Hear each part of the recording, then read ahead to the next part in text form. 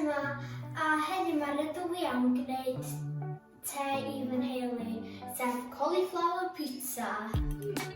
Yn gyntaf, torri'r cauliflower neu blod fresych.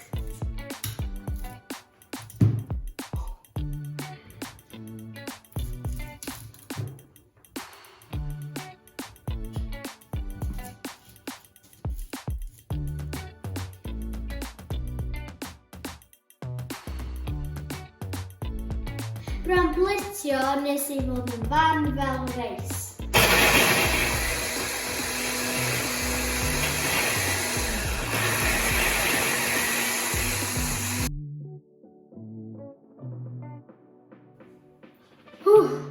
Oedd yna oes calad. Oedd hefyd gyda ni 2 bolen llawn. Rwan, rhaid cleiffil marno ac yna ei roi yn y microdon am 5 i 6 munud.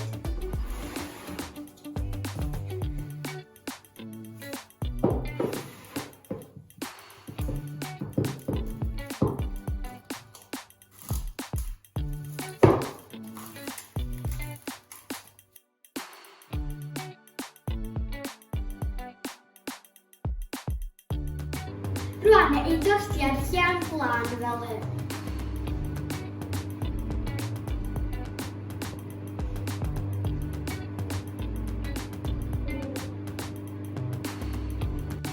Byddwch yn ofalus yn beidio llosgi.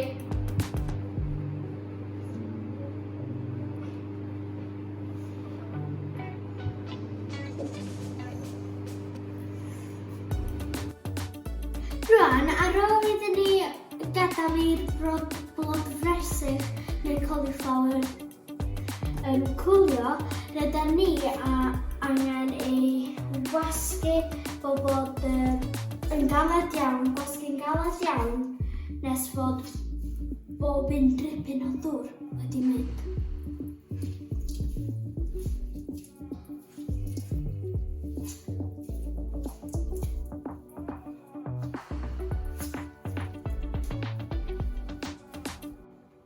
Nawr ni roi mewn pwlan fawr.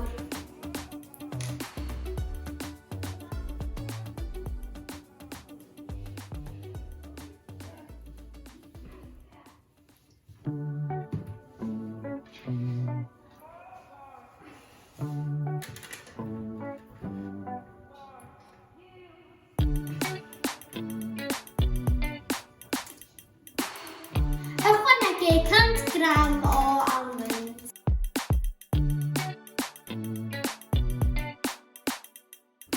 Rwan, 2 wy wedi gnocio.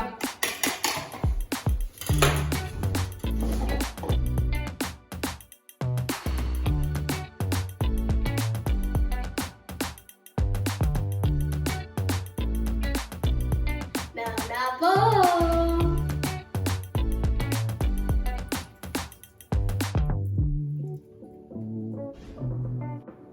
Yn gyntaf talian hwb.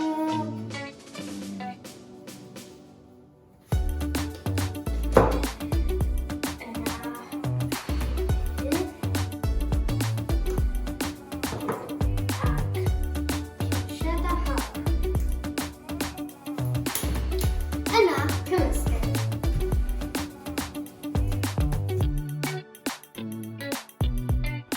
Rwan, mae'n barod i roed ar papur bobi.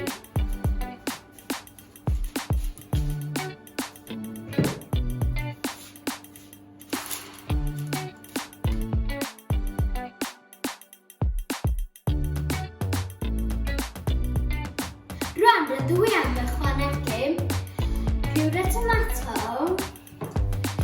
barbecue chicken, pupur coch a caws.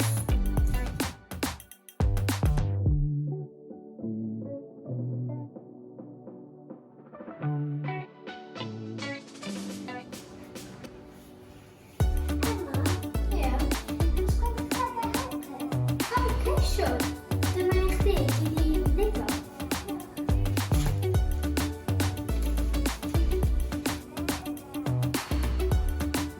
Mae fi'n orfod i'r popdyn.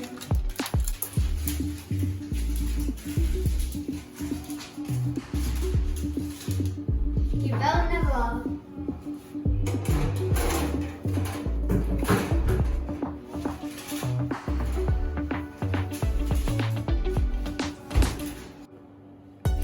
A dyma'n fi yn barod yn popdyn. Neis iawn. Waw, edrychwch, mae fi'n barod. Well i fi fynd ar y bwrdd iddi fi gael bita o hyn o glio amazing. Hwyl fawr, tara, fi'n di bita hwn, tara, tara. A dyma'n fi. Fi'n di bita, tara. Reita, beth am i ni roi sgôr ar y pitsa blod fresych? Wel, efo gwneud y pitsa blod fresych, dwi'n rhoi 2 allan o 10. Oherwydd o rhoi torri'r blod fresych, yna i blendio, yna rhoi nhw yn y meicrodon, gwasgu'r dŵr i gyd allan, felly oedd yn waith caled iawn. Ond ar y blas, lovely jubbly, 10 allan o 10. A nath y teulu gyd fwynhau. Felly beth am i chi drio wneud nhw? Tara!